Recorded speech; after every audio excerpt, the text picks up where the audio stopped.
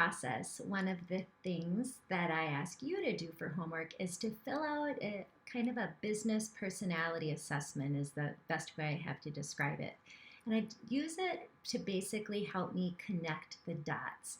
You are going to fill out a questionnaire intake form that's very black and white, and it's truly based on what you know at that moment in time. So it's going to talk about, of course, your background and skill set and resume, but also it's going to give you kind of a laundry list of different industries that franchising sits in, narrow it down to about 60.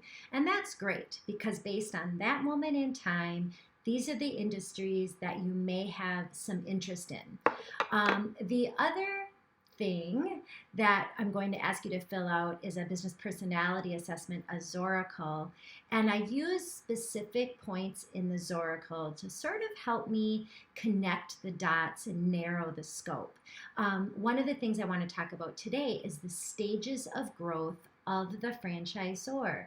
We kind of dig into this based on your answers to the Zoracle. It's going to point to a stage of a franchisor that the assessment is saying you will relate the best to. And it ranges from my entrepreneur brands, a little bit bigger, to plug and play, to empire, and then hybrid. And this is definitely more art than science. This does bring some science into it. But what I want to discuss with you in that stage of growth is, are you someone that's going to relate better to a more emerging brand, smaller brand? And that has pros and cons. So you're going to have a lot of input into your business. You're going to have a lot of gray space. You're going to be sitting on the advisory board right from the beginning with that founder, but everything's not going to be buttoned up. T's not crossed, I's not dotted, and you're going to be part of that growth. Some people will thrive in that environment. Other people may flounder. The direct opposite of that is my empire brands. This is, I'm going to date myself, time to make the donuts, right?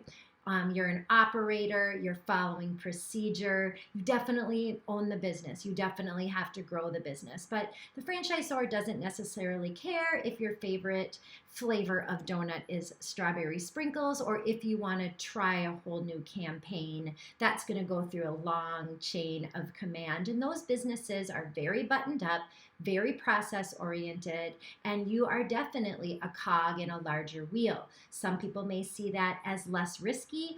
Other people may see that as just too boxed in and not allowing them to flourish.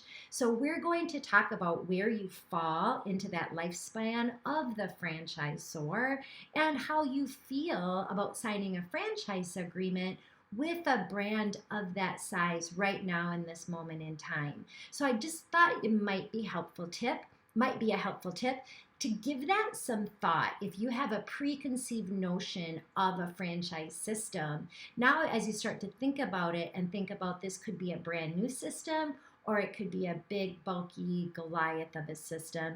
And how do you feel about your ownership in that stage? I hope that helps to kind of get you thinking.